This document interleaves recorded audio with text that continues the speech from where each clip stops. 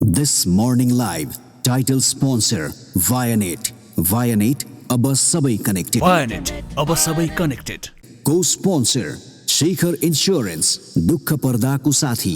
शिखर insurance दुःख पर्दाको साथी. Co-sponsor Goodwill Finance financing for success since 1995. Associate sponsor Vatsalya Natural IVF आधुनिक चिकित्सा उच्च सफलता दर.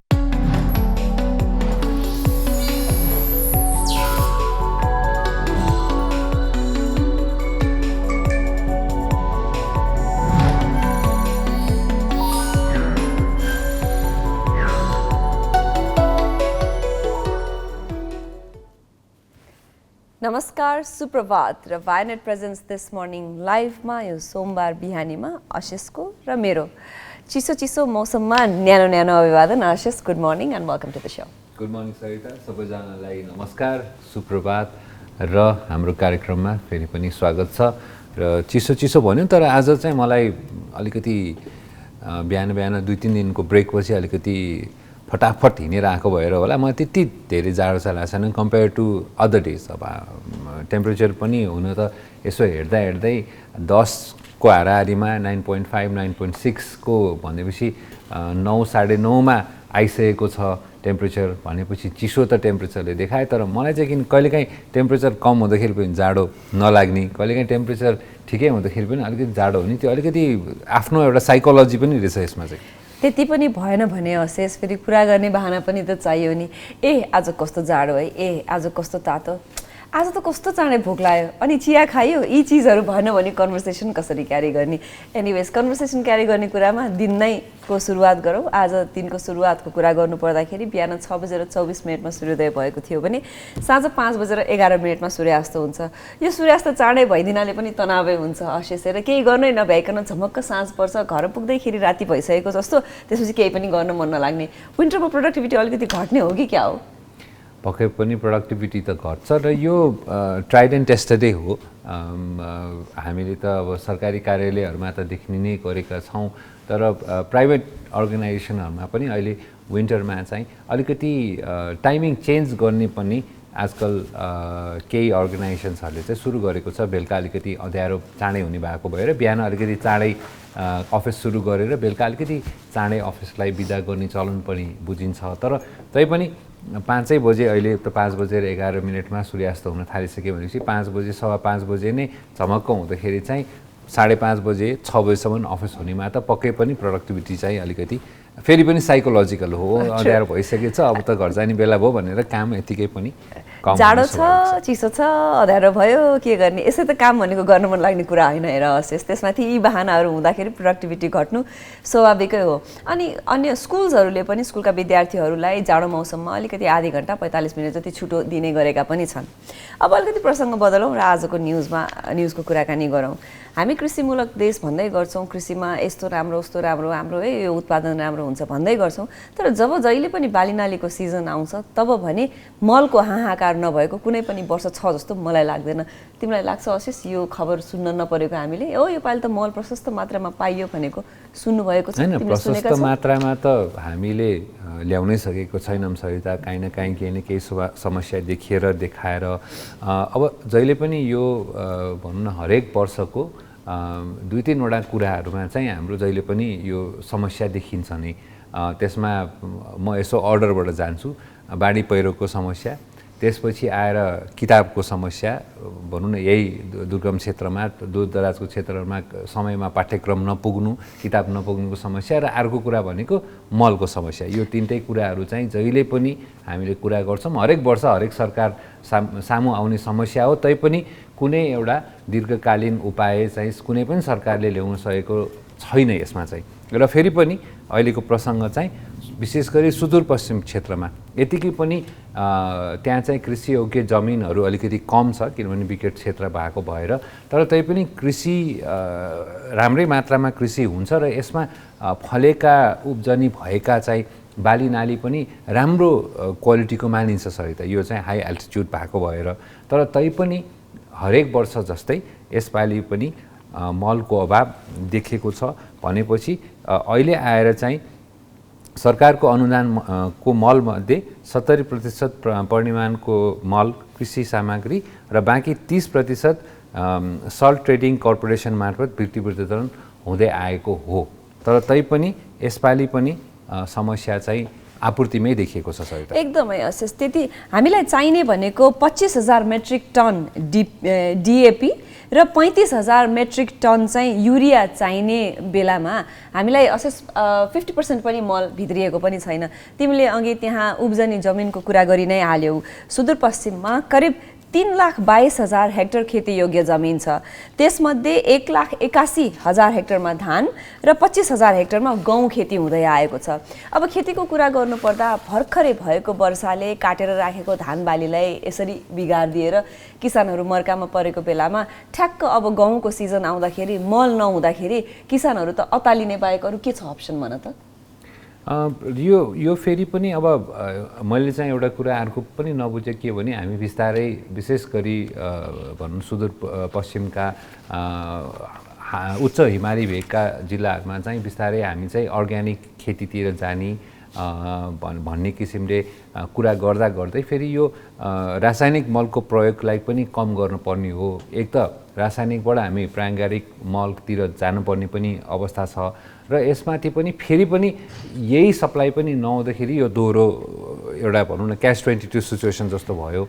अब हुन त यसको समस्याको हलमा चाहिँ सरकारले पहिले नै पनि हाम्रै यहाँ नेपालमा चाहिँ एउटा रासायनिक मलको ठुलो भनौँ न आफै बनाउने प्लान्ट इस्टाब्लिस गर्ने भन्ने कुराहरू पनि आएको थियो। तर अब त्यो कुरा पनि फेरि पनि अब उस्तै कुरै मात्रै भएको छ र यो लङ टर्म सल्युसन कसरी निकाल्ने होला भन्ने कुरा यो त देशभरिकै कुरा हुन्छ। अहिले हामीले सुदूरपश्चिमको कुरा गरिरहेछौँ तर यो मलको समस्या चाहिँ देशव्यापी नै छ। सबै किसानले चाहिँ भोगिरहेका समस्या हो अहिलेलाई। हैन एकदमै सुन्दाखेरि फेरि तिमीले उठाएको कुरामा सुन्दाखेरि रासायनिकबाट हामी अर्ग्यानिकतिर लाग्ने भन्ने कुरा पनि जो किसानहरू यसैमा निर्भर गर्नुहुन्छ आफ्नो बालीनालीको उत्पादन र यसकै बिक्री वितरणले आफ्नो जीविकोपार्जन गर्नुपर्नेहरूलाई तुरुन्त यो त्यति सहज पनि त छैन आशिष हैन। अब यो सोचे जस्तो सुन्दाखेरि राम्रो सुनिए पनि धेरै गाह्रो पनि छ। फेरि यो त एउटा प्रोसेस पनि हो, अलिकति लङ टाइमलाई लाग्छ पनि।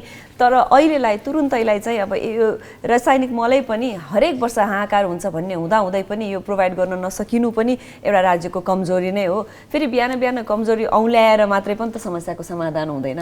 यसलाई कसरी समाधान गर्ने भन्नेतिर सम्बन्धित निकायहरू लाग्न जरुरी छ। जहिले पनि प्रश्न सोद्धाखेरि केही न केही उत्तर त अवश्य आउँछ नै, तर पनि यो चाहिँ हाम्रो इन लङ रन यो हाम्रो प्रब्लम हो नै। र हाम्रो यस्तै गरी कुरा त हामीले उठाइ नै रहन्छौँ। आशा गरौँ सम्बन्धित निकायले यसमा ध्यान दिइरहेको होला, सोचिरहेको होला। यसमा अलिकति अझ गृह कार्य गर्न पर्ने पनि जरुरी छ। भन्दा भन्दै तिमीले केही कुरा सुरु गरिरहेको थियो, सायद अब अर्को समाचारको पनि कुरा होला। अलिकति रमाइलो राम्रो यो सुन्दाखेरि चाहिँ आनन्द पनि आयो कि सरकारले पहिलोपटक अब लेखकहरू साहित्यकारहरू पनि उहाँहरूलाई पनि धेरै आफूले समाजमा देशको लागि धेरै उहाँहरूले देन दिइरहनु भएको हुन्छ। उहाँको लागि चाहिँ केही भएन, धेरै उहाँहरू चाहिँ अलिकति वास्ता नगरिएको भयो भन्ने कुराको धेरै कुरा हुँदाखेरि चाहिँ सरकारले पहिलोचोटि नेपाल प्रज्ञा प्रतिष्ठान को मार्फत लेखक र साहित्यकारलाई पहिलोपटक परिचय पत्र दिने चाहिँ सुरुवात भएछ। यो चाहिँ एकदम राम्रो कार्यको थालनी भयो। उहाँहरूलाई जुन एउटा सम्मान पाउनु पर्ने हो पहिले भन्दा एक्नोलेज गर्नु पर्यो। एउटा आइडेन्टिटी दिँदाखेरि चाहिँ राम्रै पनि हुन्छ। सबै पोजिसनको सबै चिजको मिडियाकर्मी भनेर आइडेन्टिटी हुन्छ, तपाईँको हरेक चिजको आइडेन्टिटी हुन्छ भने लेखक र साहित्यकारको पनि एउटा परिचय पत्र को कुरा चाहिँ एकदम राम्रो पनि लाग्यो। हिजो आइतबारको दिन प्रधानमन्त्री शेरबहादुर देउवाज्यूले 4 जनालाई परिचय पत्र प्रदान पनि गर्नुभएको रहेछ। र यो चाहिँ अबदेखि चाहिँ आफू यदि लेखक र साहित्यकार हुँ म भनेर भनिन्छ भने यसको लागि हामीले आह्वान पनि गर्न सकिँदो रहेछ। आशिष, कम्तीमा 1 पुस्तक प्रकाशन वा राष्ट्रिय तथा अन्तर्राष्ट्रिय पत्र पत्रिकाहरूमा 5 वटा अनुसन्धानात्मक लेख यदि यहाँले लेखिसक्नु भएको छ भने यहाँले चाहिँ साहित्यकार या लेखकको परिचय पत्रको लागि आवेदन फर्म भर्न सक्नुहुनेछ। र अब हुन त 4 जनाबाट सुरुवात गरे पनि अब हामी आशा गरौँ अन्य अब यो क्राइटेरिया अनुसारले त धेरैजना हुनुहुन्छ लेखक साहित्यकारहरू। अब लेखक भनेर लेख्नेमा पनि पर्नुभयो, साहित्यिक विधामा पनि यहाँहरूले लेख्नु भएको छ भने चाहिँ अब आफैले चाहिँ एप्लिकेसन भरेर चाहिँ त्यो आइडी कार्ड अप्लाई गर्न पाउने भनेपछि त यो राम्रो हो र यसले अब अरू केही अन्य बाटोहरू सुविधाहरू अथवा अन्य कुरामा पनि केही न केही चाहिँ यहाँहरूलाई सहयोग होला भन्ने हामीले आशा गरौँ र यो राम्रो कुरा हो सरकारद्वारा एउटा नयाँ एकदमै कुरा सुन्न पाइयो यो एउटा राम्रो पहल पनि हो र यसरी आह्वान भरिसकेपछि प्रज्ञा प्रतिष्ठानले चाहिँ को एलिजिबल हुनुहुन्छ के छ कस्तो छ भनेर यो अलिकति रिसर्च गरिसकेपछि त्यो आधारमा उहाँहरूलाई परिचय पत्र दिन्छ। फेरि पनि यो खुसीको खबर सुनाउन पाउँदा हामीलाई खुसी लाग्यो नै। यस्तै गरेर हरेक दिन हामीले यहाँहरूलाई कोभिडको अपडेट दिने गर्दछौँ। त्यसै क्रममा आज पनि हामीसँग कोभिडको अपडेट यहाँहरूको स्क्रिन अगाडि हामीले राखेका छौँ। कस्तो छ आशिष अहिलेको कोभिडको सिचुएसन?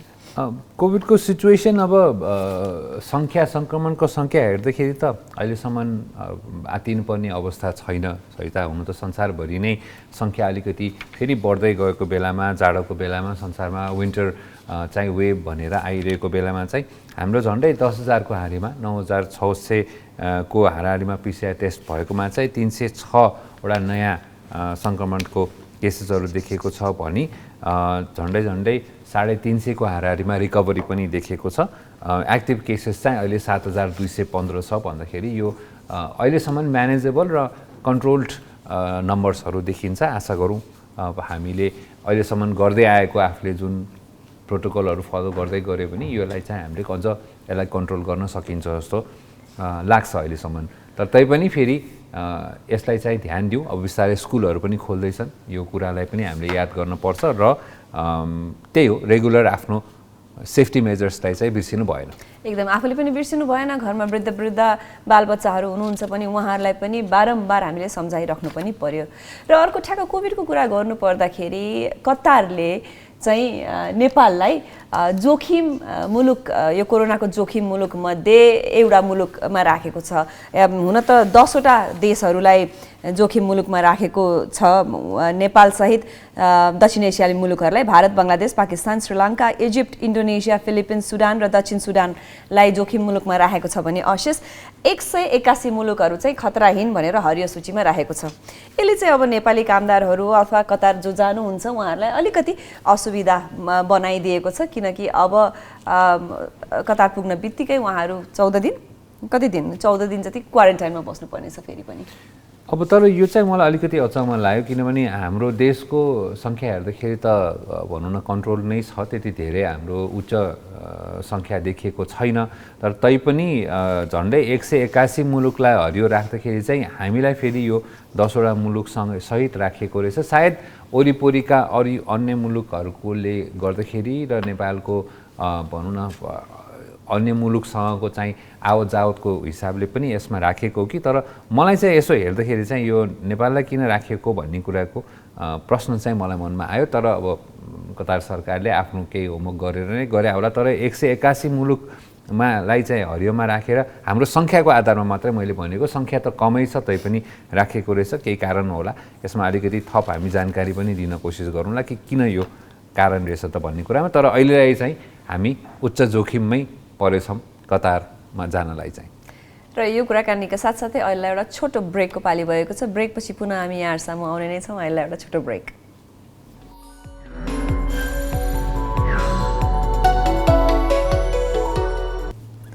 यो छोटो ब्रेकपछि पुनः स्वागत छ वायनेट प्रेजेन्स दिस मर्निङ लाइभमा। हामीले हाम्रा देशका समस्या, देशका राम्रा कुरा, विदेशका कुरा यी सबै समेटेर बिहानी यहाँहरूको बिहानी रमाइलो बनाउने गर्छौँ। त्यसै क्रममा फेरि पनि हामी ब्रेकबाट फर्केर आइसकेका छौँ आशिष। र आइसकेका छौँ र अब अलिकति देश सँगसँगै देश बाहिरको पनि केही प्रमुख समाचारहरूमा अलिकति छलफल जारी छ। अब नर्मली हामीले स्कुल कलेजहरू विभिन्न कारणले बन्द गरेको सुन्छन्, तर अचम्म कुरा के भने नयाँ दिल्लीमा, भारतको राजधानी नयाँ दिल्लीमा चाहिँ प्रदूषणको कारणले गर्दाखेरि स्कुलहरूलाई 1 हप्तासम्म बन्द गरेको छ सहित। र अब भनेपछि कतिको क्राइसिसमा गइसकेको रहेछ भन्ने कुरा हामीले बुझ्न सक्छौँ।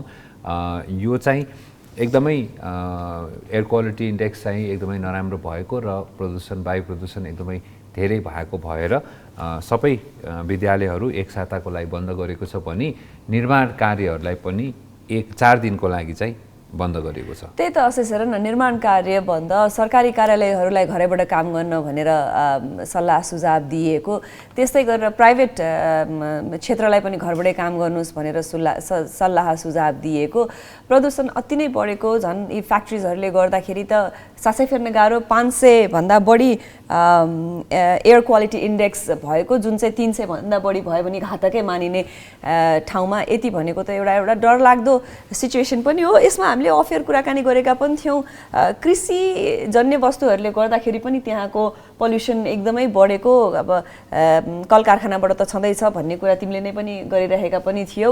अब बच्चाहरूलाई विद्यालय पठाउनु भन्दा घरै राख्नु, इनसाइड राख्न राम्रो भन्ने सिचुएसन आउनु भनेको त एउटा यो त कहाली लाग्दै सिचुएसन पनि त हो नि, होइन अशेष? पक्कै पनि। र हामीले पनि यहाँलाई याद छ भने पछिल्लो वर्ष काठमाडौँको पनि एयर क्वालिटी इन्डेक्स चाहिँ एकदमै खराब भएर गएको थियो, हावाको चाहिँ गुणस्तर असाध्यै नराम्रो भएर गएको थियो र हामीलाई पनि त्यो चिन्ता त्यो विषयले गरेको थियो। र यो बेलामा चाहिँ विशेष गरी उत्तरी भारतका अन्य राज्यहरू हरियाणा पन्जाबमा पनि पराल बाल्ने भएको भएर त्यहाँको धुवाँ र अस्ति भर्खरै भएको दीपावलीमा जुन पटाकाहरू पड्काइन्छ त्यसको चाहिँ भनौँ न त्यसको धुवाँ, र त्यसमाथि पनि फेरि अब यतिकै पनि नयाँ दिल्ली असाध्यै धेरै जनसङ्ख्या भएको, त्यसमा चाहिँ जुन गाडीहरूको पनि पोल्युसनले पनि सबै कुराले गर्दाखेरि यो एडअप भएर चाहिँ अहिले असाध्यै धेरै बढी चाहिँ हामीले यो फिल गरेको छौँ। र यो एउटा किसिमले नयाँ दिल्लीले पहिलेदेखिकै ठुलो भनौँ न प्रदूषणको समस्या झेल्दै आएको छ र धेरै समयसम्म अहिले चाहिँ संसारमै नम्बर 1 मै छ नराम्रो एयर क्वालिटीमा, र हामी पनि लिस्टमा त पढाइरहेछौँ, टप 20 मा चाहिँ रहेछौँ भनेपछि यहाँले विचार गर्न सक्नु होला कि हामी युज टु भइसक्यो। त्यही भएर यहाँहरूले पनि कहिलेकाहीँ फिल गर्नु होला काठमाडौँबाट हामी बाहिर गयौँ भने नि सहित अलिकति जस्तो पोखरै गयौँ अथवा अरू ठाउँ गयौँ भने कति धेरै हावा हामीलाई आफै फिल हुन्छ, फ्रेस हावा फिल हुँदो रहेछ कि यहाँ बसेर चाहिँ फिल हुँदैन। एकदमै तिमीले काठमाडौँ 20 नम्बरमा परेको रहेछ भनेर मन्द मुस्कानका साथ भन्यौ अशेष, तर यो कुरा चाहिँ साँच्चीकै एउटा के भन्छ खुसी हुने कुरा चाहिँ होइन। अब तिमीले खुसी भन्दा पनि त्यो सर्कास्टिक हाँसो थियो पनि होला, जो 20 नम्बरमा त आएछौँ, तर केमा भन्दाखेरि प्रदूषणमा। अलिकति फेरि पनि प्रसङ्ग बदलौँ अशेष, अब अहिले यो कोभिडमा कतिवटा देशहरूले विदेशीहरूलाई आउन नदिने अथवा आफ्नो सीमा बन्द गरेको कारणले गर्दाखेरि अझ अस्ट्रेलियामा त यो अलिकति स्ट्रिक्ट नै थियो यी नियमहरू पनि, यसले गर्दा अस्ट्रेलियाले अहिले आफै मर्कामा पनि परेको छ, किनकि कामदारहरूको अभाव, होटलमा, रेस्टुरेन्ट्समा, हस्पिटल्समा काम गर्ने कामदारहरूको अभाव भएर कामदारहरूले पनि दैनिक घन्टाको $50 माग गरेका रहेछन्। हुन त जहाँ अलिकति केही चिजको स्कार्सिटी हुन्छ त्यही बेला नै हो उनीहरूले पनि आफ्नो डिमान्ड गर्ने, होइन? अनि अहिले चाहिँ अब के भन्छ, कामदारहरू इकोनोमी अर्थतन्त्रलाई गाह्रो परिरहेको बेलामा पनि कामदारहरू नपाइएको भनेको अलिकति कुरा नमिलेको जस्तो भइरहेछ कि अहिले। बुझ्यौ तिमीले मैले भनेको कुरा? हो, सामान्य रूपमा अब फेरि यस्तो रहेछ, धेरै जस्तो चाहिँ यो क्षेत्रमा काम गर्नेहरू चाहिँ अलिकति आप्रवासीहरू बाहिरबाट आएका विभिन्न देशबाट मुलुकबाट चाहिँ अस्ट्रेलियामा पढ्न गएका, अन्य काम गर्न गएकाहरूले चाहिँ भनौँ न विशेष गरी हस्पिटालिटीमा काम गर्ने भएको, र उहाँहरू अहिले चाहिँ अन्तर्राष्ट्रिय सीमा पनि बन्द भएको यो कोभिडले कारणले गर्दाखेरि फर्किन नपाएको कारणले पनि यो चाहिँ अवस्था आएको भन्ने कुरा देखिन्छ। र अझै पनि यो स्पेसली हस्पिटालिटी पिकअप पनि भयो सरिता, पिकअप हुने बित्तिकै त पहिलेको जस्तोमा मानिसहरूको तुरुन्तै आवश्यकता पनि पर्दाखेरि मानिसहरू नभएको देखिन्छ। अब यो त कुनै पनि सरकारले फेस गर्ने प्रब्लम हो कि त उहाँहरूलाई, अब हुन त अहिले अस्ट्रेलियामा केसेसहरू पनि बढिरहेको छ, अस्ट्रेलिया न्युजिल्यान्ड दुइटैमा भने अब यो सरकारको लागि चाहिँ सोच्न पर्ने अवस्था आएको छ कि कसरी यसलाई म्यानेज गर्ने भनेर। एकदमै अशेष, समय हामीसँग एकदमै छोटो छ, अब हाम्रो ग्यालेक्सी न्युजमा जाने बेला भएको छ, तर त्योभन्दा अगाडि फटाफट ह्यापनिङ टुडेको बारेमा पनि भनिहालौँ। आजको दिन एकदम इन्ट्रेस्टिङ दिन छ। हामी आज पाटनमा देखाइने कार्तिक नाचको बारेमा भनौँला, तर त्यस्तै गरेर आज हरिबोधनी एकादशी पनि हो, यानि कि तुलसीको विवाह गरिन्छ। शालिग्राम, विष्णुको रूप दुइटै, शालिग्राम र तुलसीको चाहिँ आजको दिनमा बिहा पनि गरिन्छ। किम्वदन्ती अनुसार यसका फरक फरक कथाहरू पनि छन्। वृन्दा नाम गरेकी पतिव्रता स्त्रीलाई भगवान विष्णुसँग शालिग्राम ढुङ्गाको स्वरूपमा विवाह गर्ने वरदान प्राप्त भएको भएर आज तुलसीको विवाह गरिने दिन पनि हो। त्यही त र आज बुढानी कण्ठ नारायण थानमा चाहिँ विशेष मेला को आयोजना हुन्छ र विशेष पूजा अर्चना हुन्छ। धेरैजनाको त्यहाँ जानी आज घुइँचो पनि लागेको होला। फेरि पनि यो बेलामा चाहिँ अलिकति सावधानी अपनाइदिनु होला। हुन त हाम्रो धार्मिक कार्यहरू गर्नै पर्छ, तर तैपनि आफ्नो कोभिड प्रोटोकलहरू फलो गरौँ। यति भन्दै हामी अघि नै सरिताले अलिकति कुरा गरेका थियौँ, पछिबाट हामी चाहिँ कार्तिक नाच जुन चाहिँ पाटनमा भइरहेछ त्यसको बारेमा पनि हामी अलिकति कुरा गरौँला। यो पनि बुधबारसम्म भइरहेछ, इन्ट्रेस्टिङ, यसमा पनि हामी कुरा गर्छौँ। तर अहिले ग्यालेक्सी न्युजको समय भएको छ। ग्यालेक्सी न्युजमा वर्षा शर्मा हुनुहुन्छ। न्युजपछि आज हामी एकदमै इन्ट्रेस्टिङ अतिथि कपिल श्रेष्ठज्यू उहाँलाई लिएर हामी आउँछौँ। उहाँसँग कुराकानी 7:30 बजेपछि। अहिलेलाई भने ग्यालेक्सी न्युज हेरौँ, हामी आइहाल्छौँ न्युजपछि।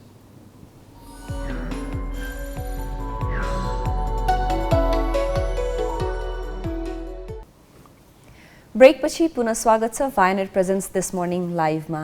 अघि न्युजमा जानुभन्दा अगाडि हामीले हाम्रो अतिथि आउँदै हुनुहुन्छ भनेर यहाँलाई जानकारी दिएका थियौँ। हाम्रा अतिथि हामीसँग आइ पनि सक्नु भएको छ। अशेष उहाँलाई निम्त्याउनुभन्दा अगाडि के भिडियो छ हामीसँग? एउटा सानो इन्ट्रो भिडियो हामी हेरौँ उहाँको बारेमा र उहाँसँग एकदम रमाइलो आज कुराकानी हुनेछ। एउटा इन्ट्रो भिडियो चाहिँ हेरिहालौँ उहाँको बारेमा।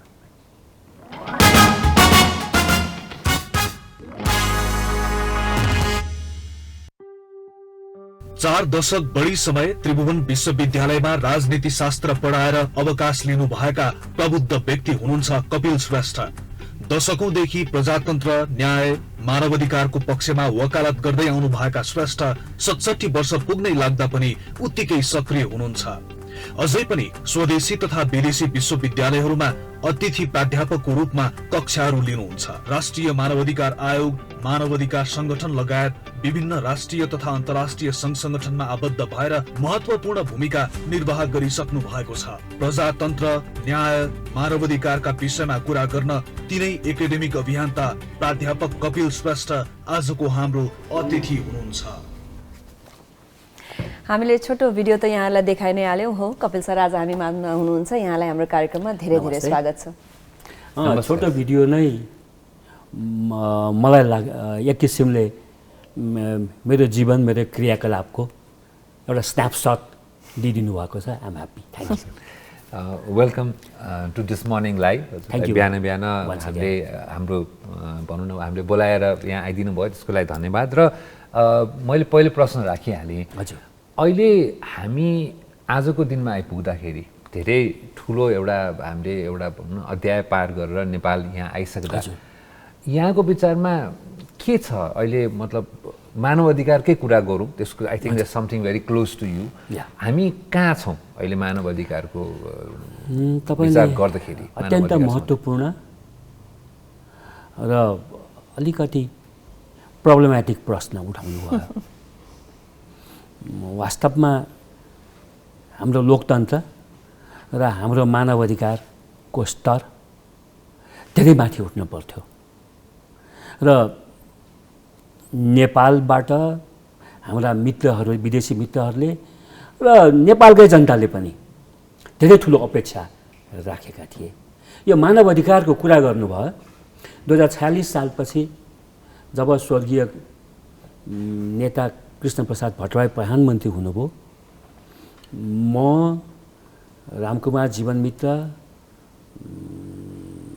लगायत केही साथीहरू, साथ कुसुम श्रेष्ठ पनि हुनुहुन्थ्यो, गएर किशुनजीसँग हामी सबैको राम्रो सम्बन्ध, अत्यन्त राम्रो सम्बन्ध। हामीले उहाँलाई के आग्रह गऱ्यौँ भने पञ्चायत कालमा नेपालले, राज्यले मानव अधिकारको सन्धि, महासन्धि अनुमोदन नै गरेन र 19 सालको पञ्चायती संविधान कस्तो थियो भने वास्तवमै मानव अधिकार विरोधी थियो।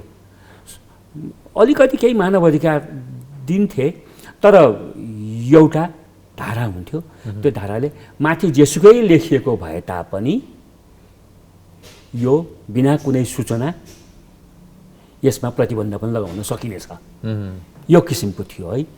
अनि किशुनजीलाई भन्यौँ अब नेपालमा प्रजातन्त्र आएको छ, प्रजातन्त्र सफल बनाउनको लागि मानव अधिकार नभई हुँदैन, मानव अधिकार नभएको प्रजातन्त्रै हुँदैन, यसले तपाईँलाई सजिलो गर्दछ। अनि किशुनजीलाई हामीले अब नेपालले मानव अधिकारका सन्धि महासन्धिहरू हामीले अनुमोदन गरेर विश्व समुदायका माझमा अब हामी सभ्य राष्ट्रको पङ्क्तिमा छौँ है। किनभने मानव अधिकार भनेको एउटा विश्वमा सभ्यताको पनि परिचय हो। आफ्ना नागरिकहरूसँग र अरू कुनै पनि मानिससँग एउटा सभ्यतापूर्वक व्यवहार गर्ने राज्यले त्यो मापदण्डलाई नै मानव अधिकार भन्दछ।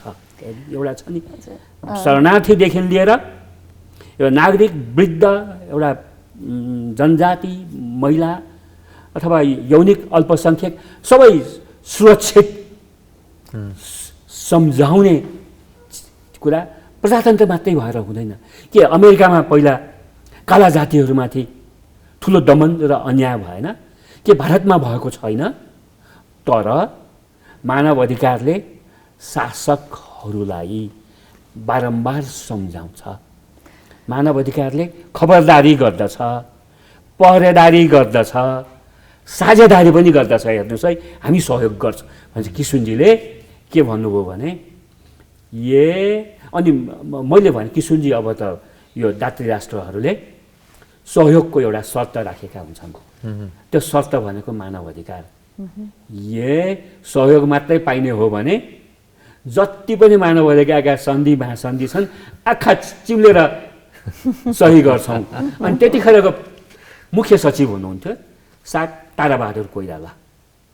अनि उहाँलाई बोलाएर भन्नुभयो, देख्नुभयो उहाँहरू मेरा साथीहरू प्रजातन्त्र र मानव अधिकारका ठुला योद्धाहरू, र उहाँहरूले अब मानव अधिकारको सन्धि महासन्धि अनुमोदन गर्ने भन्नुभएको छ। तपाईँले एउटा कमा र फुलस्टप पनि नगरिकन खुरुक्क मैले हस्ताक्षर गरे पुग्ने गरिकन एउटा दस्तावेज ल्याउनुहोस्। अनि सबै जुन एउटा महत्त्वपूर्ण महासन्धिहरू है, यो जस्तो भनौँ अन्तर्राष्ट्रिय यो नागरिक तथा राजनीतिक अधिकारको महासन्धि, आर्थिक सांस्कृतिक सामाजिक अधिकारको महासन्धि लगायत यो छन् ठुला सन्धि, 12वटा महासन्धिलाई एकैपटक यो अनुमोदन गरेर विश्व समुदायको बिचमा संयुक्त राष्ट्र सङ्घमा एउटा तहल्कै मचायो नेपालले। एउटा एक किसिमले हामी गर्वपूर्वक हामी मानव अधिकारको पङ्क्तिमा उभिने अवसर पायौँ। त्यहाँदेखि हाम्रो यात्रा सुरु भएको। अब जुन भन्नुभयो नि, अब म तपाईँको प्रश्नमा आउँछु। दुःख र दुर्भाग्यको कुरा हाम्रा राजनीतिज्ञहरूले र हाम्रा प्रशासकहरूमा त अब तपाईँ जस्तो ब्राइटेस्ट यङ पिपललाई पनि एट्र्याक्ट गर्न सकेको छैन। अलि मिडियोक्रिटी बढी छ क्या, क्षमा गर्नु होला मलाई। मेरा बेस्ट ब्राइटेस्ट स्टुडेन्टहरू पनि प्रशासनमा गएका छैनन् है। सबै खरदार सुब्बाहरू म हाकिम हुन्छु अथवा म हाकिम भएर म हुकुम चलाउँछु, म सलामी पाउँछु, मान पाउँछु, पदवी पाउँछु, गाउँटोल ससुरालीमा मेरो ठुलो इज्जत हुन्छ भनेर कुनै एउटा गएका छन्। तर मेजोरिटीको म हुँदाखेरि मानव अधिकारलाई हाम्रो राजनीतिज्ञहरूलाई त अब मुखले भाषण गर्ने बेलामा हामीभन्दा राम्रो बोल्नुहुन्छ, फेरि पढे लेखाए पनि छन् है। अनि प्रशासकहरूमा जेमा पनि प्रश्न चिन्ह।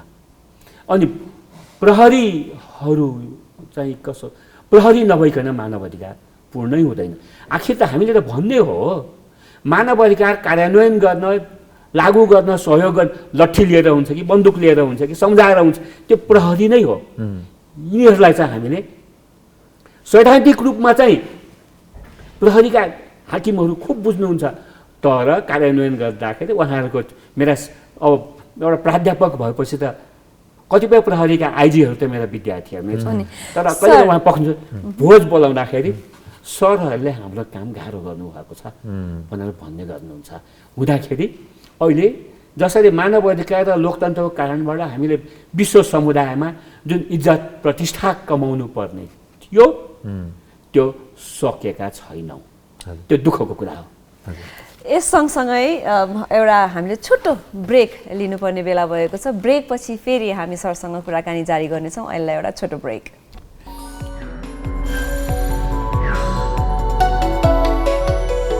यो छोटो ब्रेकपछि पुनः स्वागत छ भायोनेट प्रेजेन्स दिस मर्निङ लाइभमा र हाम्रा अतिथिसँगको कुराकानी जारी नै छ।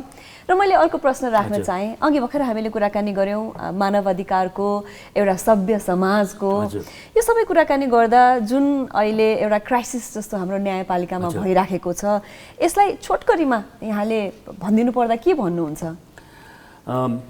न्यायपालिका जुडिसियरीलाई हामी राजनीतिशास्त्र पढाउँदाखेरि विद्यार्थीलाई के भन्छौँ भने यो थर्ड पिलर, तेस्रो खम्बा, तर यति महत्त्वपूर्ण खम्बा कि जसले अर्को दुईटा पिलर भनेको एजुकेटिभ र जुडिसियल, के अरे लेजिस्लेचर, कार्यकारिणी र संसद, त्यसलाई सन्तुलित गर्ने, काउन्टर ब्यालेन्स गर्ने र यो एजुकेटिभ र लेजिस्लेचरलाई आफ्नो अक्ष, आफ्नो बाटोभन्दा नजाओस्, एक्सिसभन्दा बाहिर नजाओस् भनेर नियन्त्रणमा राख्ने, सतर्क र सचेत गर्ने कुनै निकाय छ भने त्यो जुडिसियरी नै हो। र जुडिसियरीले अब जस्तो एजुकेटिभ र लेजिस्लेचरको भर्टिकल सोझै एकाउन्टेबिलिटी जनतासित छ भने जुडिसियरीले एउटा होराइजन्टल, डायगोनल एकाउन्टेबिलिटी बनाएर सबैलाई संविधान यस्तो छ, नियम कानुन यस्तो छ, नैतिकता यस्तो छ भन्ने। यसैले यो जुडिसियरी ठिक हुँदासम्म सरकार र संसद गडबड हुँदा पनि जनता न्याय त पाइन्छ, अन्याय पर्दाखेरि हामी न्यायबाट त विमुख हुन पर्दैन भन्ने जनताले एउटा सन्तोषको, चैनको सास लिएका हुन्छन्। र जुडिसियरी ठिक हुँदासम्म यो न्याय उल्लङ्घन गर्ने अपराधीहरू ठुला पदकादेखि तलसम्मका अलि तर्सिन्थे, डराउँथे है। हुँदाखेरि जस्तो भारतमा भनौँ 1975 मा इन्दिरा गान्धीले सङ्कटकाल लगाएर डेमोक्रेसीलाई छेदविच्छेद पार्नु। तर एकजना यो इलाहाबाद हाइकोर्टका के मुखर्जी भन्ने जजले इन्दिरा गान्धीको निर्वाचन नै गलत हो र उसले गरेको यो सङ्कटकालीन गलत हो भनेर निर्णय, एउटा साहसपूर्वक निर्णय गरेर भारतलाई फेरि पुनः लोकतन्त्रको बाटोमा लगाइदिनु। र यसैले गर्दाखेरि हाम्रो देशमा पनि केही समय अगाडि, 8-9 महिना अगाडि पूर्व प्रधानमन्त्री ओलीजीले संविधानकै यो गलत व्याख्या गरेर, कुतर्क गरेर, संविधानमा नभएको प्रावधान प्रयोग गरेर आफ्नो व्यक्तिगत समस्याको कारणले संसद विघटन गर्नुभयो।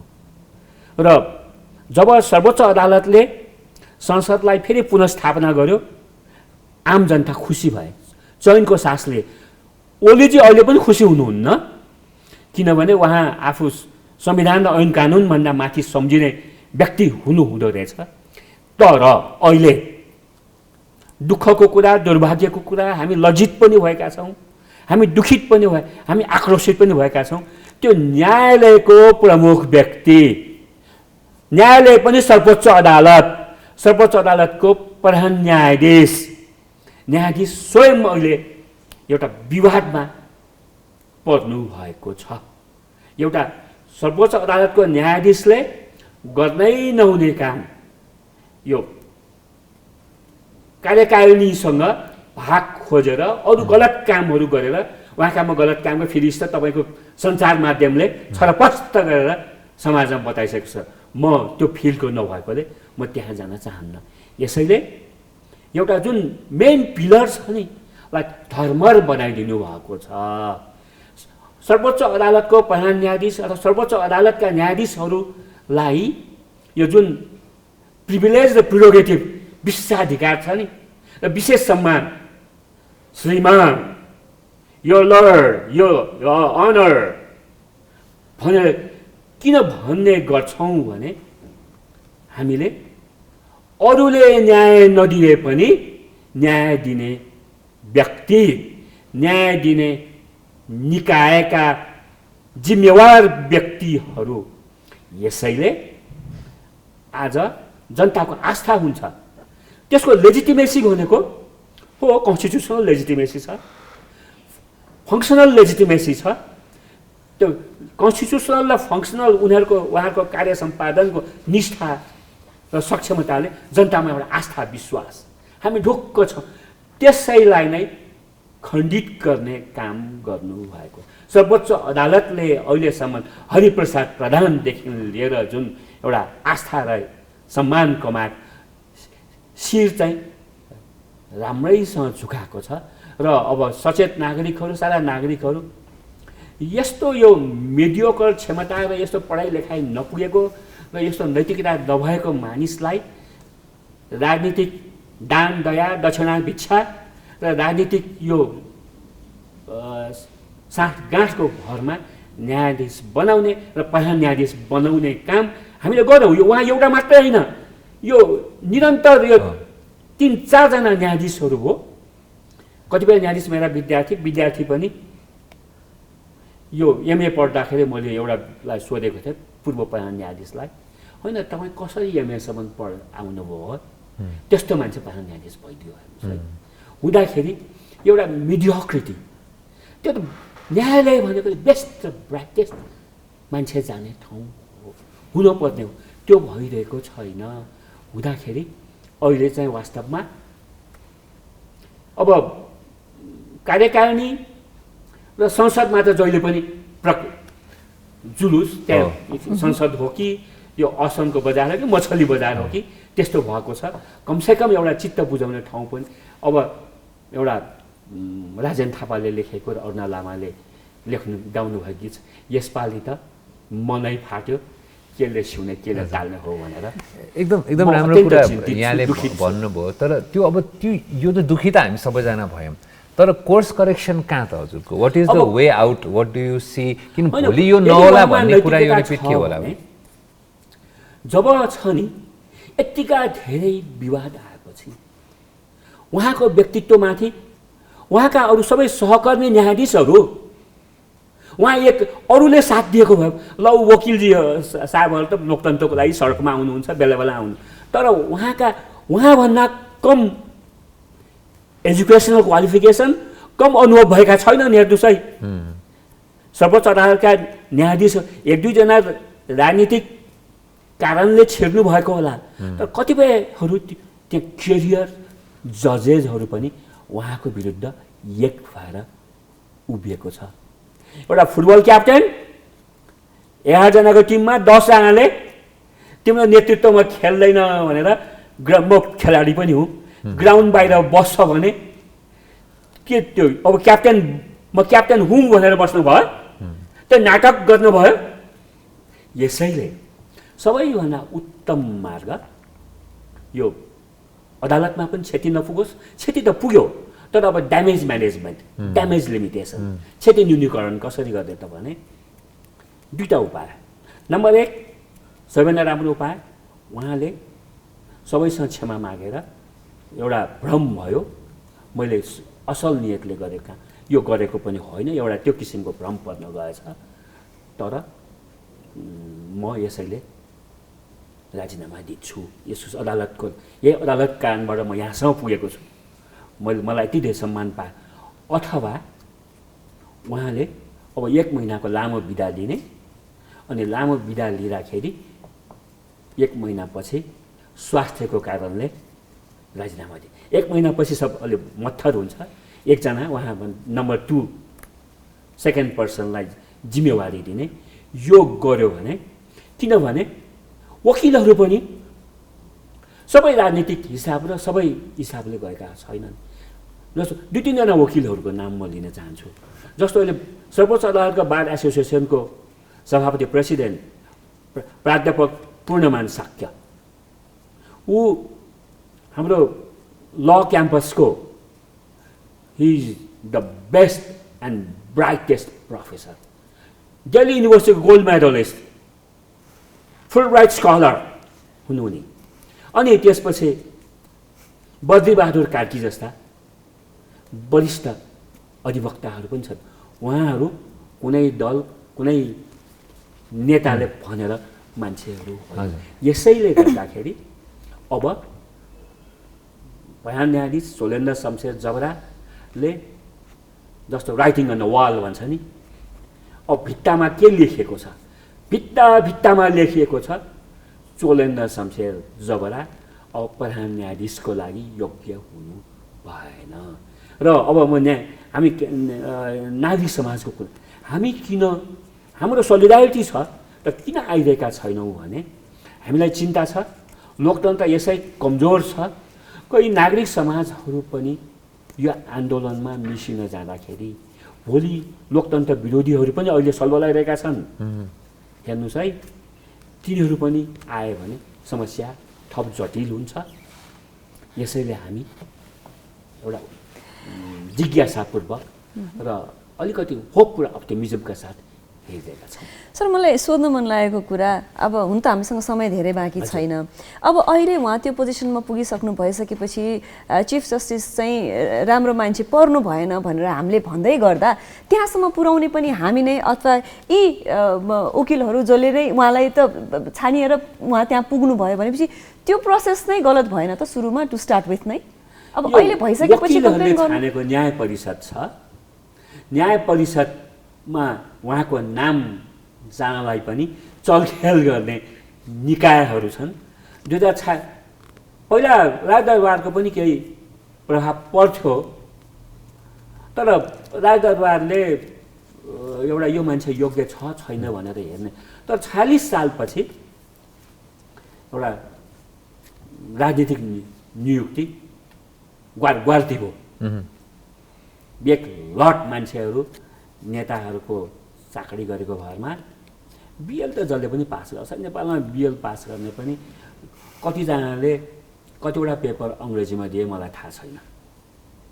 होइन, युनिभर्सिटीमा ग्रेजुएसन गर्दाखेरि यो नेपाली मिडियमले मात्र गरेर हुने, युनिभर्सिटी युनिभर्सालिटी कि उसले फ्रेन्च जान्न पऱ्यो कि स्पेनिस जान्न पऱ्यो कि इङ्ग्लिस, यो हाम्रो यो जुन छ नि एङ्ग्लोफाइल एङ्ग्लिकन इन्भाइरोमेन्टमा हुर्केको हाम्रो समाज हो, हुँदाखेरि यो न्याय परिषदको कम्पोजिसन त्यहाँ पनि राजनीतिक चलखेल असाध्य हुन्छ। र अनि त्यो न्याय परिषदको चलखेलमा पनि त्यहाँ सर्वोच्च अदालतको प्रधान न्यायाधीश पनि सदस्य भएकोले त्यो राजनीतिक वृत्तबाट आउने अथवा राजनीतिक प्रभावका कारणबाट आउने अरू सदस्यहरूलाई पनि नियन्त्रण गर्न सक्नुपर्ने मान्छे, उहाँहरूलाई पनि सही दिशामा डोराउनु पर्ने मान्छे प्रधान न्यायाधीश। यो जुन अगुवा आफै के भयो भन्ने भने जस्तै अगुवाले नै बाटो बिराएपछि, घर मुलीले नै बाटो बिराएपछि सबैलाई न्यायको लागि छ नि जुन एउटा इन्स्योर गर्ने एउटा त्यो गर्ने व्यक्तिले नै बाटो बिराएपछि सिस्टम त निकै कमजोर हुन्छ, सिस्टममा क्राइसिस हुन्छ। अहिले हामी क्राइसिस पोइन्टमा पुगेका छौँ। यो क्राइसिसले जनताको अत्यन्त चिन्तित छन्।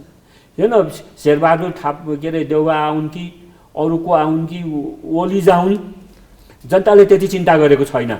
जनताले प्रचण्डजी, माधवजी, शेर ओली सबलाई धेरै राम्रोसँग चिनिसकेका छन्। अब धेरै चिन्नुपर्ने बाँकी छैन। उहाँहरूले आफूलाई चिनाउनु पर्ने पनि केही बाँकी राख्नु भएको छैन। तर सर्वोच्च अदालत, नामै सर्वोच्च अदालत, नेपालमा एकजना सर्वोच्च नेता हुनुहुन्थ्यो गणेशमान सिंह। त्यो कसैले पाउने पदवी हो, कसैले पाउने कुनै संस्थाले सर्वोच्च अदालत भन्ने छ? यहाँ निर्वाचन आयोग होला, राष्ट्रिय मानवाधिकार आयोग होला, अरू होला, तर सर्वोच्च अदालत, सुप्रिम कोर्ट, जसले हाम्रो संविधान न्याय कानुनको व्याख्या गर्दछ। जुडिसियल रिभ्यू यो संवैधानिक हो कि कानुनी हो भनेर केसलाई केलाइरहेको र त्यसको नायकत्व एउटा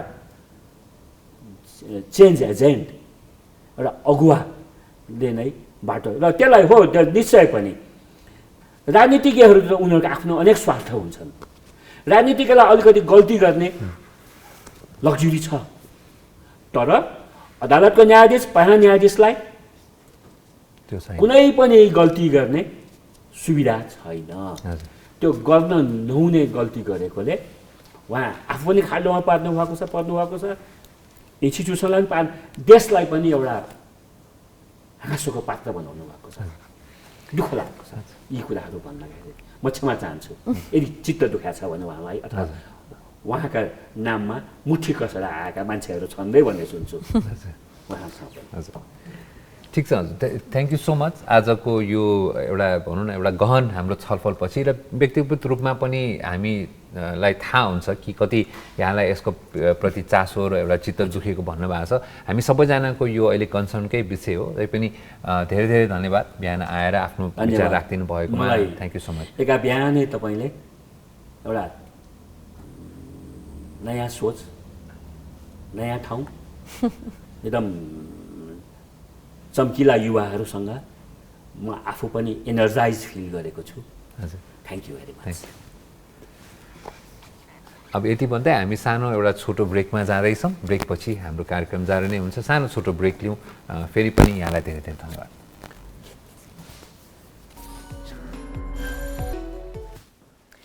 अतिथिसँगको यो एकदम विस्तृत रूपमा अहिलेको भइरहेको न्यायपालिकाको जानकारी पछि फेरि हामी यहाँ सामु आइपुगिसकेका छौँ। समय कति छोटो भयो, बुझ्नुपर्ने कुरा धेरै भएर अलिकति अझै प्रश्नहरू चाहिँ बाँकी नै रह्यो। यशेष प्रश्न बाँकी नै रहे, तर तै पनि मलाई चाहिँ के भने यति प्यासनेटली अब कति धेरै अहिलेको अवस्थामा विशेष गरी न्याय अथवा मानव अधिकारसँग लागेकाहरूलाई कति यो कुराले चाहिँ उहाँहरूको भित्र एउटा चोट परेको रहेछ, उहाँलाई कति कन्सर्न रहेछ भन्ने कुरा चाहिँ आजको एउटा त्यो हाम्रो छलफलले चाहिँ देखाउँछ। त्यो सँगसँगै हामी अरू हाम्रो रेगुलर सेगमेन्टमा पनि जाउँ।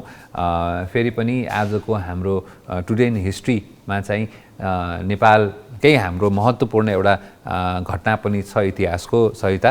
आजको यो महत्त्वपूर्ण घटना के रहेछ त आजको दिनमा अशेष 2014 सालमा त्यतिखेरका राजा महेन्द्रले प्रत्यक्ष शासन लिएका थिए। विक्रम सम्वत 2014 साल कार्तिक 29 गते सरकार भङ्ग गरेर तत्कालीन राजा महेन्द्र शाहले प्रत्यक्ष शासन सुरु गरेका थिए। अशेष त्यही त यो अब फेरि पनि हामीले आज कुरा गर्दैखेरि अब हामी कुन व्यवस्थाबाट अहिले हामी कुन अवस्थामा आएका छौँ भन्ने कुराको पनि यसको हामीले अनुमान लगाउन सक्छौँ कि धेरै त होइन, 2014 साल भनेको धेरै लामो समय होइन। त्यति बेलाको फेरि पनि प्रत्यक्ष भनौँ न एउटा राज्य के अरे राजतन्त्रको शासन र त्यसपछि पञ्चायती व्यवस्था एक किसिमले भनौँ न जुन बलियो हुँदै गयो। आज हामी यो अवस्थामा आइपुगेका छौँ र त्यसले गर्दाखेरि धेरै मेहनत र धेरै स्ट्रगल भएर हामी आएको छौँ। तर आज आउँदाखेरि पनि फेरि पनि हामी अहिले जुन किसिमको यो क्राइसिस इज अनगोइङ थिङ भने जस्तै क्राइसिसमै देखेका छौँ। अर्को किसिमको क्राइसिस अहिले न्यायपालिकाको क्राइसिसमा हामी छौँ। त्यति बेला क्राइसिस र अहिले क्राइसिस हेर्दाखेरि पनि होइन, पोलिटिकल क्राइसिस थ्रु हामी धेरैचोटि गुज्रिसके पनि अब केही होला भन्ने थियो र अहिलेसम्म जति पोलिटिकल क्राइसिस थ्रु गुज्रिँदाखेरि पनि न्यायपालिकाले चाहिँ न्याय गर्छ है भन्ने खालको, अथवा यो राजनीतिभन्दा अलिकति बाहिर र फेरि पनि अलिकति माथि छ है भन्दै गर्दा अहिले आएर त्यही नै राजनीतिकरण भएको र यो एउटा तिमीले भनि नै हाल्यो क्राइसिस र अलिकति दिक्क लाग्दो सिचुएसनमा भएको हुँदा हामीले अलिकति दुखी हुनु स्वाभाविकै पनि हो। अशेष समय छोटो छ, अगाडि बढ्नुपर्ने छ। मलाई थाहा छ वर्ल्ड कपको T20 वर्ल्ड कपको रिजल्ट पनि आएको छ। अफ स्क्रिनमै पनि अशेषले यही कुरामा एकदम मची कुराकानी गरेको थियो। के छ, तिमी त एकदम यो टिमले जित्छ भनेर एउटा प्रेडिक्सन गरेका पनि थियौ। कस्तो छ रिजल्ट तिमीलाई? होइन, अब प्रेडिक्सन म खुसी त पक्कै पनि छैन, किनभने मची थच्चे भइहाल्यो। आफूले जिताउन खोजेको टिम चाहिँ सेमिफाइनलमा हार्यो। तर तैपनि दुईवटा फेरि पनि शक्तिशाली मानिने टिम नै फाइनलमा पुग्दाखेरि फाइनल राम्रो म्याच हुन्छ भन्ने आशा त थिँदै थियो र यसपालि फेरि पनि T20मा चाहिँ एउटा कुरा के थाहा भयो भने पहिलो दोस्रो ब्याटिङ गर्ने टिमको लागि चाहिँ एक किसिमको यो जुन भनौँ न UAE शारजाको पिच UAE को पिचले चाहिँ दोस्रो ब्याटिङलाई चाहिँ बढी फेभर गर्दो रहेछ भन्ने कुरा देखियो र यसै गरी यहाँलाई भन्दाखेरि 172 रनको लक्ष्य दिएको थियो न्युजिल्यान्डले अस्ट्रेलियाले र अस्ट्रेलियाले एकदम सहज किसिमले 8 विकेटले नै त्यो लक्ष्यलाई पुरा गर्यो भनेपछि 170 प्लसको स्कोर पनि T20मा फाइनल को लागि चाहिँ पुरा भएन र जुन किसिमको एउटा विस्फोटक ब्याटिङ हिजो हेर्न पायो त्यसले गर्दाखेरि अब हुन्छ T20 सहित ब्याटर्स गेम नै भनिन्छ र एक्चुअली पनि ब्याटिङकै एकदम पावरफुल ब्याटिङको डिस्प्ले सहित अस्ट्रेलियाई डेभिड वार्नर र मिचेल मार्स उहाँहरू दुवैजनाले राम्रो ब्याटिङ गरेर सहज रूपले अस्ट्रेलियाले 8 विकेटले म्याच जित्यो। अब न्युजिल्यान्ड हुन त राम्रो खेल खेलेको टिम हो तर तै पनि न्युजिल्यान्डले चाहिँ जित्न सकेन। अब but there is a winner and there is a loser and Australia has won first पहिलो पटक उहाँले T20 वर्ल्ड कप जित्नु भयो। T20 वर्ल्ड कप विजेता अस्ट्रेलियालाई धेरै धेरै धन्यवाद र मलाई त सबैभन्दा खुसीको कुरा के पनि लागिरहेछ भने धनराशि विजेताले $16 लाख पाउँदै हुनुहुन्छ त्यस्तै गरेर न्युजिल्यान्ड उपविजेताले पनि $8 लाख पाउँदै हुनुहुन्छ। यो त आजको दिन त मैले मेन्सन गर्नै पर्ने थियो। त्यस्तै गरेर फुटबलको वर्ल्ड कप क्वालिफायरको गेमहरू भइरहेको छ। आज पनि नर्दर्न आयरल्यान्ड भर्सेस इटलीको बिहान 1:30 बजे गेम हुँदैछ पनि। त्यस्तै गरेर अर्को सान मरिनो भर्सेस इङ्ल्यान्डको बिहान भनौँ न भोलि बिहान भन्नु पर्यो अब गेम हुँदैछ। र आजको दिनको कुराकानी गरौँ अशेष। आज अघि पनि हामीले भन्यौँ आज ठुला एकादशी पनि भनिन्छ, आज बडालकण्ठमा मेला पनि लाग्छ, तुलसीको विवाह पनि हो, एउटा ठुलो महत्त्व बोकेको छ आजको दिनले।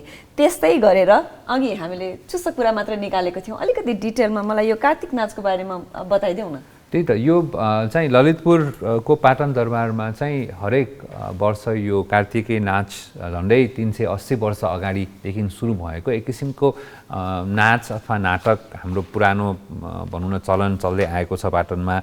यो नाच चाहिँ यो विष्णु पुराणमा आधारित छ सहित र विभिन्न विष्णु पुराणको चाहिँ साना साना कथाहरूले चाहिँ यसलाई सँगाल्दै यो कार्तिक नाच चाहिँ गर्ने गरिन्छ। र यो चाहिँ हामीले किन कुरा गरे भने यहाँहरूलाई यो हाम्रो एकदम पुरानो एउटा पौराणिक इतिहास र जुन सांस्कृतिक पक्षलाई चाहिँ बुझ्न जान्न मन लाग्नेहरूलाई चाहिँ यो नाच हेर्नै पर्ने छ र यहाँले अहिलेसम्म हेर्न भएको छैन भने चाहिँ पाटन दरबार स्क्वायरमा गएर हरेक दिन अब बुधबारसम्म यो हुनेछ र 7 बजेपछि साँझ यहाँले यो नाच यो सांस्कृतिक पर्वलाई चाहिँ यहाँले जान्न र देख्न पाउनुहुन्छ। र आज चाहिँ यो भनौँ न आज जल शयनन भन्ने चाहिँ पाठ यसमा देखाउने रहेछ र यो बिल्डअप हुँदै गएर चाहिँ बुधबार चाहिँ झन्डै 11-12 बजे रातिसम्म यो नाच जान्छ र त्यसमा चाहिँ जुन लास्टको चाहिँ लास्ट डेमा चाहिँ नरसिंह अवतार र हामीले विष्णु पुराणमा हामीले सुनेको पनि कुरा हो कि जुन हिरण्यकश्यपको चाहिँ वध विष्णुले चाहिँ नरसिंह अवतार लिएर गर्नुहुन्छ त्यसको नाटक मञ्चन अथवा त्यो नाच देखाइने भयो भएर यो एकदमै विशेष रूप